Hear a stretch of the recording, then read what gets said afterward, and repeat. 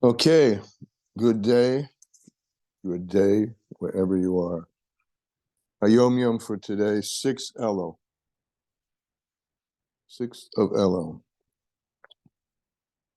The Sema Tzedek related the following, that the Baal Shem Tov was very fond of light and said that or, which is light, Hebrew for light, has the same numerical value as Roz, Aleph, Vav, Resh.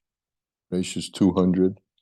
Aleph and Vav is 7, that's 207, which is Roz, Resh, Zion. So light, you can almost say, well, you can say that it's used as a metaphor for secret. It's also a metaphor for energy. But the or has the same numerical value as Roz. The two are related, of course, in at least one respect that comes to mind, that when it came to the creation, Hashem hid the light. He hid the light. That's called the Or Ganuz, the hidden light. He hid it in order to allow something which is not ineffable, something which is not above consciousness, something which could be conscious, could be discrete, should be understood, should exist. He had to hide the allness. And it says, where did he hide it? Where did he hide it? Hide it in the Torah. In fact, I remember last week we had a discussion about the very first utterance in the Torah of creation, which Yehi Or, and it says about that that it was good. And one of our class members, I'm not sure if she's here or not, asked, what does it mean it was good? I mean, could it possibly have been bad? And the answer to that question is that it didn't mean that it wasn't, you might think it's bad. It was good. The Chazal say, or laganus. It was toyev laganus. It was good to be hidden. It needed to be hidden. It was a good thing that it's hidden, because if it weren't hidden, the creation wouldn't exist. Which, by the way, is a good stepping stone into our today's Tanya, which is all about cultivating the consciousness that whatever happens, and however the goodness seems to be disguised or hidden, it's all good. It's all coming from that light, however ganuz, however hidden that may be, which is, I think, a fairly decent intro to our new topic. And before we leave our new topic, I just want to end an afterword on our last topic, which has been a lot about tzedakah and the relationship to Elul. We're all familiar, or many of us are familiar with the acronym, the acronym Ani L'Doidi V'Doidi Li, Rasha Tevis Elul. I am to my beloved, and my beloved is to me. There are a few other ones, and one is from Megillus Esther, which says, Ish l'rehu matanis lev yonim. Each person should give to his friend matanis. This is the way we get the shalach manas on Purim. Ish l'rehu matanis lev yonim. So Elul is a very favorable month for giving beyond oneself and realizing the benefits thereof. All right, let's proceed to the next section, the next letter in Tanya. Epistle 11, page 186 in Lessons in Tanya, and in Likutei Amorim, near the bottom of page two-thirds of the way down the page, Kuf Tes Zayin, 116. The Alter Rebbe begins a new letter. Laskilach bina, to enlighten you with understanding. I mean, literally, laskilach is lashon seichel, to bring understanding to your mind, to your intellect, to enlighten you with seichel. Ki lo zu haderech yishchain Hashem. This is not the way to cause the dwelling of the light of Hashem. Liyesh chafetz b'chai b'sorim, to go after and to desire the life of the flesh. This is not the way to bring the light of Hashem, to be focused on and immersed in the life of the flesh, ubanei umazoinoi, and your children and your sustenance, and to make that your preoccupation per se. I'll add those words, per se.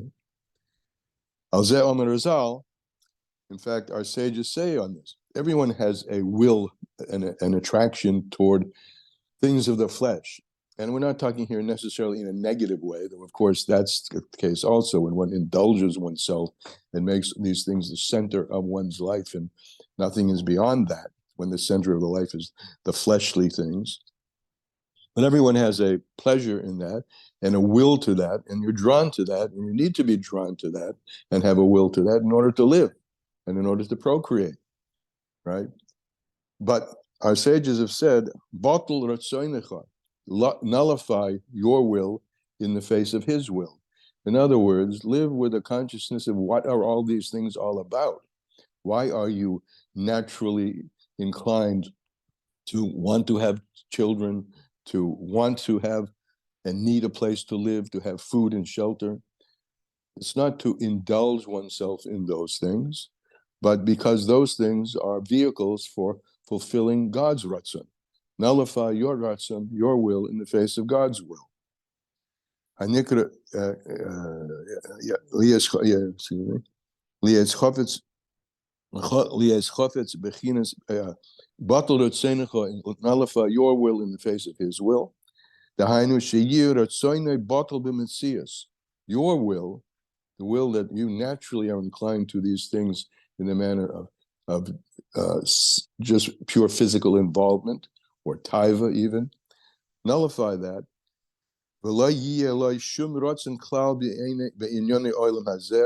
And not have any will when it comes to affairs of this world, including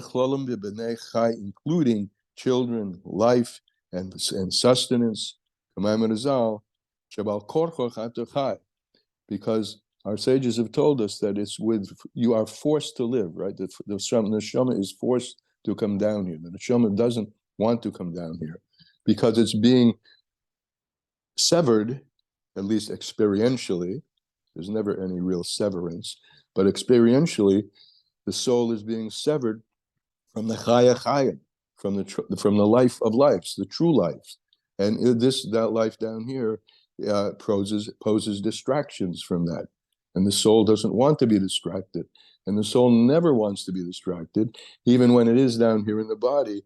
It wants to rediscover its essential connection to the chaya chayim, to the life of lives, and not be distorted or distracted by the life which is the life of the flesh. But we're here in the flesh for good reason, obviously, because Hashem wants us to rectify and bring out the holiness in the flesh. But that's not the topic of today's letter. To cultivate the focus on the chaya chayim, on the life of life, the one who is all good, as we'll say later, ein ra yored mishamayim, there's no bad that comes down from heaven. It's all sourced in the goodness of goodness. So now he'll explain this. Ubir ha'inyan. Ubir ha'inyan hurak emunah hamitis. To explain this, one has to come on to true emunah. In other words, to live like this, connected and conscious of the life of lives, the one which is entirely good, and not be distracted by the affairs of this world and even the painful things of this world, as we'll see. This is rak emunah amitis. This is true emunah, beyetze bereshis, in the one who forms the creation. Dahainu, to believe in what? What's the emunah that a person should have?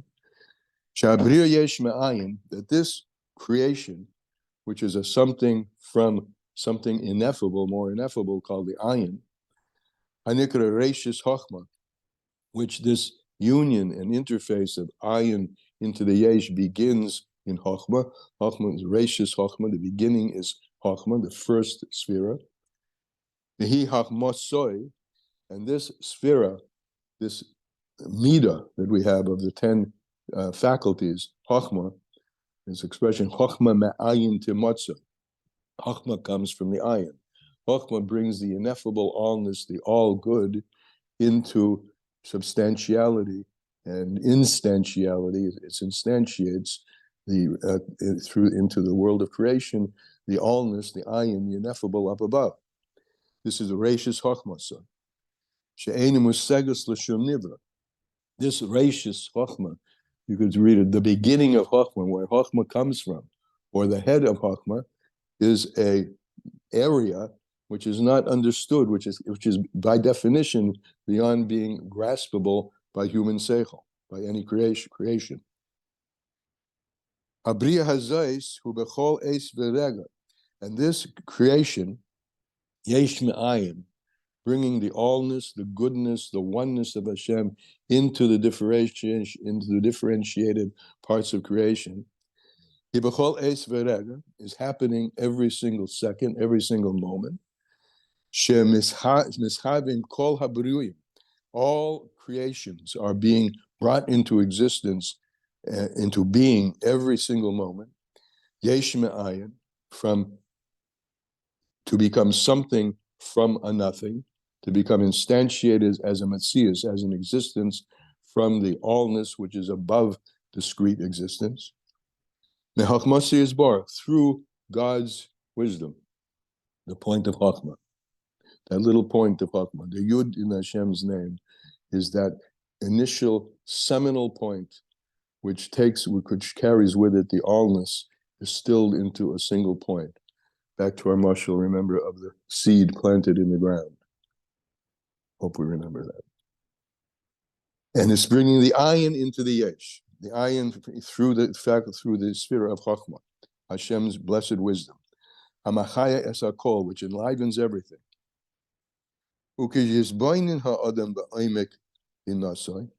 And when a person contemplates, meditates, concentrates his or her thought on what we just said, in a deep way, in the depths of one's understanding, and imagines or forms a vision in one's das, in one's knowledge, in one's faculty of das.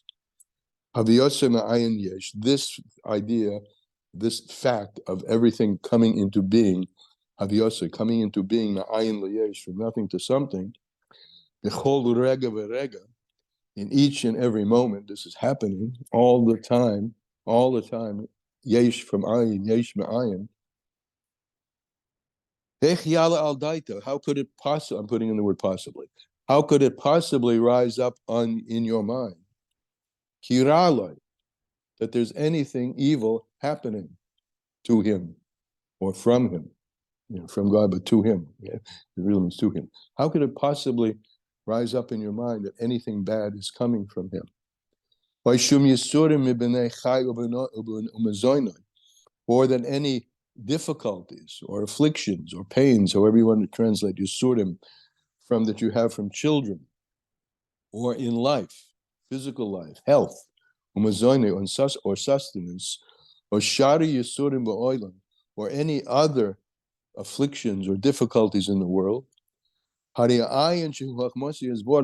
the ayin, the source of it all, which is God's wisdom, Yisbarach, what brings down the ayin into the yesh, who makar achaya, is the source of life, v'hatoiv, and good, v'ha'oineg, and joy and pleasure.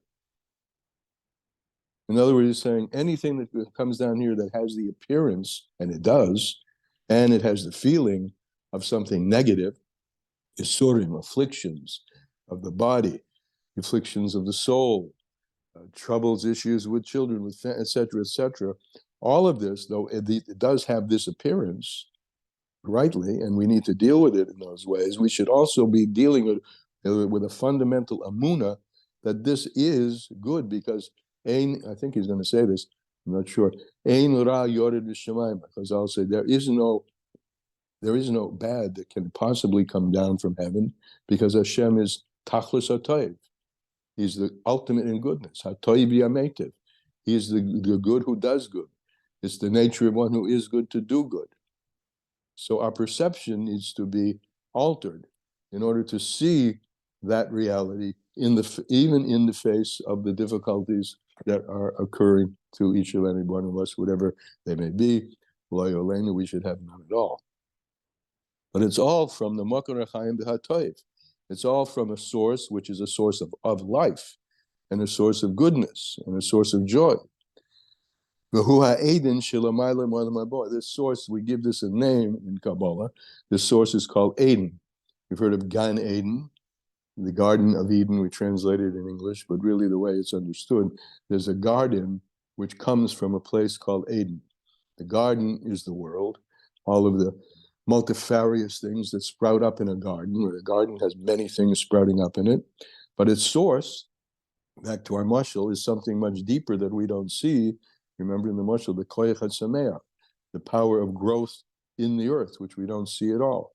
So there's a source to the Eden, there's a source to the Gan, and the source is called Eden.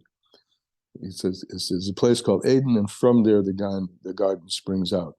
And that place is a Shelamayla. It's a place very high. It's higher than Olam Haba. It's higher than any world at all. It's deeper in godliness than any world at all. And that's the source of life, goodness, and pleasure. But because it's not grasped, it's not graspable, but yeah, in our minds and in our seichel, in our consciousness, in our seichel, because it is graspable in emunah. That's what he started this with. This is really a description of emunah. What did he call it? Emunah's hamitis, the true emunah, which reaches deeper than seichel, right? Because it's not graspable, therefore things appear to be bad, or yisurim, or they appear to be afflictions. He does bring expression. In truth, there is no bad which comes down from above. It's not possible, because the source of it all is tachlis hatoiv, good. The hakol toiv, everything is really always good. But it's just that we can't grasp, because it's beyond us, it's beyond our intellect, to grasp this greatness and this great goodness. V'zehu ikar hamunah, and this is the root of emunah. Shebishvila nivra adam, for which sake a person has been created, to deal with the physical in all of its apparent, or sometimes apparent, negativity, with an emunah that it's all good.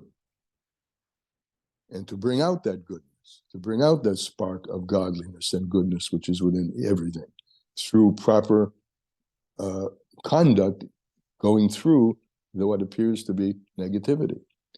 Shebeshvila nivra hodam, and for that the person has been created. Lahamin, to believe. This is the word emunah. The leis asaponim inet, that there is no place which is free of him. Meaning every single thing, no matter how negative it may seem, feel, and it does feel and seem that way, no matter how much, it has a nitzutz elikus. Nothing can exist without a spark of godliness within it. Tachlis hara, the ultimate in what appears to be evil, has a nitzutz elikus, otherwise it can't exist. Or we say here from the Zohar, the leis asaponim in it. There's no place which is free of him. And in the light of the face of Hashem, everything is living. Or in the light of his face, who is the king, who is the living king. And therefore, there is, and I'll put in the word always, joy, strong strength and joy in his place. This is the way he's describing the behavior that a person is able to have if a person has real emunah, that goodness and joy are always in his place, because they always are in sort of a double entendre that I'm learning here. In his place could be on the place of the person, and in God's place, God is called Hamakam, right? He's called the place. And that place and this place are really all one, because there is ein oid milvado, there is nothing besides him. And so what appears to us as evil, or goodness or very big difficulties, is in fact tachlis hatoiv, complete good. And if a person is mamin in this, believes in this, so rak toiv kol hayoim, it will be that way. That there's only good all the time. If one cultivates this perspective, which is called emunah amitis, the true emunah in the goodness and the onlyness of God. That's today's Tanya. To cultivate emunah, to cultivate those parts of our souls which are beyond seichel, and which we know in our deepest heart of heart, in our deepest soul of souls, that we are all part of God, and everything that's happened is part of God. That cultivating an awareness and a habit of consciousness of that can lead to a place where one experiences everything. And I'm not saying this is easy nor common, but one can cultivate a frame of mind where one lives with ein ra yored mishamayim. There's no such thing as bad which comes from above. Okay, that's today's time. Comments, questions? I could tell you a comment, Avi. Please. Please. Okay. This epistle is like dear to me, very dear to me, because I had my first encounter with it when, after my husband was nifter many years ago. One of his friends was Herschel Picard. I don't know if you know. Yes, I did know Herschel Picard. So Herschel was over there, for Shiva, and afterwards he stayed. He says, "I want to learn something with you," and we sat down at the table, and this is what he learned with me. And somehow or other, I gotta say, this has gotten me through many subsequent losses that I've had. It got me through the first one, it got me through the second one, and the third one, and whatever. It's been my mantra. This has been my mantra for 31 years. Avi, 31 years. Yeah. Baruch Hashem. Well, that's great. I mean, no, seriously. I mean, mantra is a borrowed word, but I get it, and I think it's a good way of describing. If one mantra that this can really be internalized and you can live with this, right, changes everything. Yep. Baruch Hashem. Okay, thank you. Thank you.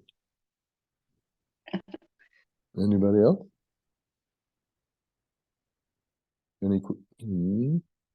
I'm seeing some changes in the icon. I'd like to maybe be able to speak to the last person because I just got up from Shiva and I want to understand how you applied it. Chaya. That was Chaya? Yeah, Chaya Pelin. Are you there still, Chaya? Because I don't know, my thought when I was learning this is that there's different levels of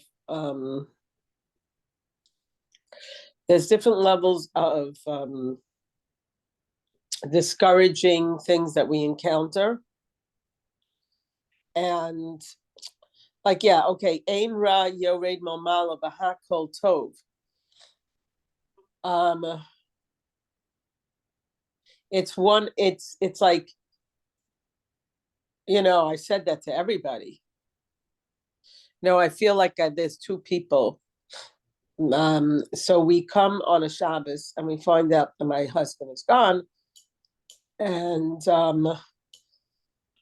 it was a time of great emunah. And this is what I was saying to my children. This is what I was saying to myself. This is what I was saying out loud. And I went through Shiva, I got a lot of this type of thing that, I felt that this is my job during Shiva to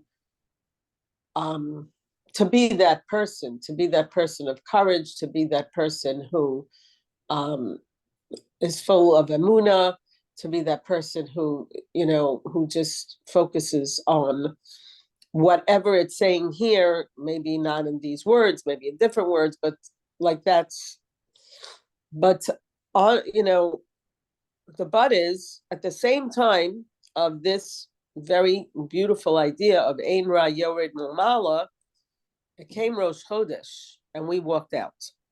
The Avelim walk out. Mm-hmm. I was with that minyan. Someone says Hallel in the Avel's house, but the Avelim walk out. Right. So that was also a message to me. The halacha that the Avelim walk out is that no, Hashem does not expect you to say Hallel.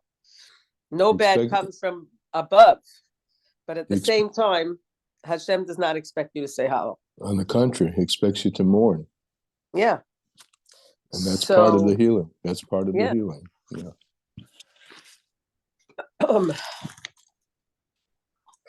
So there's you cannot find peace without looking for the good, and without Baruch Hashem belief in that my husband has a future life and that he's done amazing good for Hashem and for Klal Yisrael through all the Sfarim that were printed. So, I mean, he printed millions, literally 15 million Sfarim. And that's a beautiful thing to go up with to Hashem with. So on one hand, it's good because he had a life that was for Hashem. At the same time, there's mourning. Yeah. So it's like two things at the same time. Davar behipucha, a thing in its opposite. Yeah, davar behipucha, exactly. Yes. Exactly. And that's the way it is. And that's the way and he recognizes that because as is evident in the chiyuv that you have to mourn. Yeah. Yeah. And I really did get a lesson. That was a lesson that I got when Hallel goes very fast. I thought I'd at least be able to fit a coffee in before I went back to rejoin the minyan. Okay. But there wasn't singing, so I guess that's why. But I thought the Hallel would go longer. But it's this is the halacha. The halacha is that Hashem, this is not. We're not. I don't know. We're not far from the Far East or something. That because we have this idea, we don't have feeling. Absolutely. And I think Chaya Pelin and others would agree with you that we have the feelings. And the feelings are powerful. Yet, at the same time, it's strange but true. We have the emunah as well. And cultivating the emunah side helps us to see and gather the strength to get through those hard times. And even to elevate those hard times. Right. To learn from those hard times. All right. I would like to say something. First of all, Rosie, sure. Hear me? Yes, hello. It's Sarah from Israel. I just want to say that all of us that do or don't know you, I've never met you, but I feel very connected to you through the group, that we're with you in your courage, and even more so, we're with you in your tears. Amen.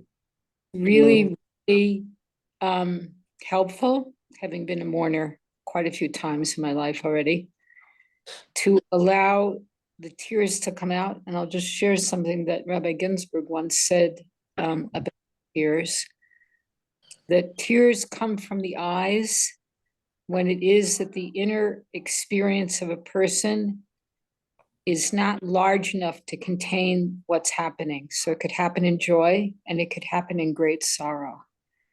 That when your vessel is not large enough to hold all of the everything, emotions, the intellect, everything, it's your vessel is just not large enough to hold on to what's happening. That the tears, just pin, drop by drop, that the tears help the vessel to slowly open up over time and to be able to handle, I guess would be the right word,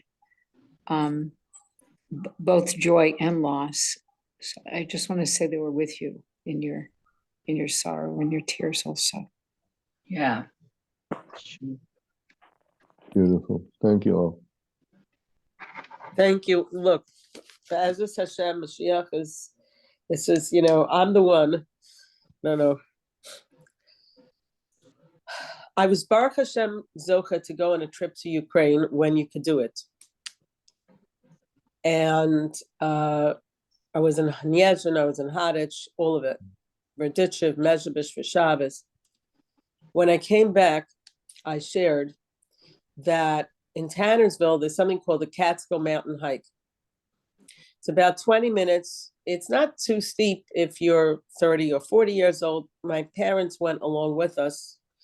My father was able to do it. My mother, at some point, just stopped and said, I'm going to sit here on this tree, like there was a tree stump. I'm going to sit here on this tree stump and you'll go up further and you'll come back for me. Like she had just given up. And then the children ran ahead and you could hear them. And they said, it's really close, Bobby. You could see the view from here and it's a beautiful view. And my mother said, okay, if it's that close that I could hear them, I'll make it up to the top. And she really did enjoy the view. So when I came back from this trip to Ukraine, I had the concept that this is what it means when we are always hearing that the Rebbe said that, you know, the Geula time has come. The tzaddik is already On the top. there. He's already at the peak. And we are very close. So the tzaddik is telling us that he sees the view, and we have to go just a little bit more. Wow, that's a good analogy. Beautiful. Beautiful. Amazing. And some listeners know the place. Mm. And maybe we You see can the see top. 5 states from there. But they, you know, they're there, they see the view. Our tzaddikim see the view, and they're telling us we're very close. And we're going to end because it's time, but I just want to say thank you so much. May all of your words really impel all of us to be able to adopt this perspective, which is a tough one, admittedly, but I have nothing else to say. Thank you. We'll continue you. on this tomorrow. Bye-bye. Thank you.